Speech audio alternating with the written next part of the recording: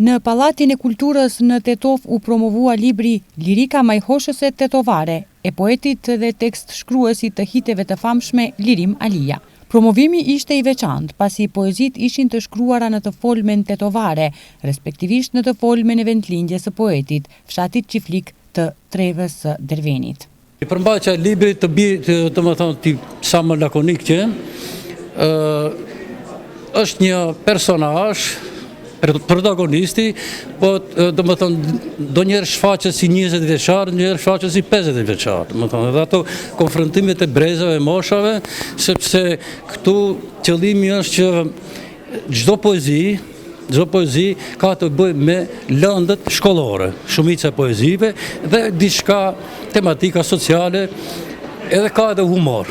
Promovimi i këtij libri u përcoll edhe me fjalë rasti të recenzentëve kurse nxënës të shkollave recituan poezi të përzgjedhura, si dhe u begatua edhe me pika muzikore.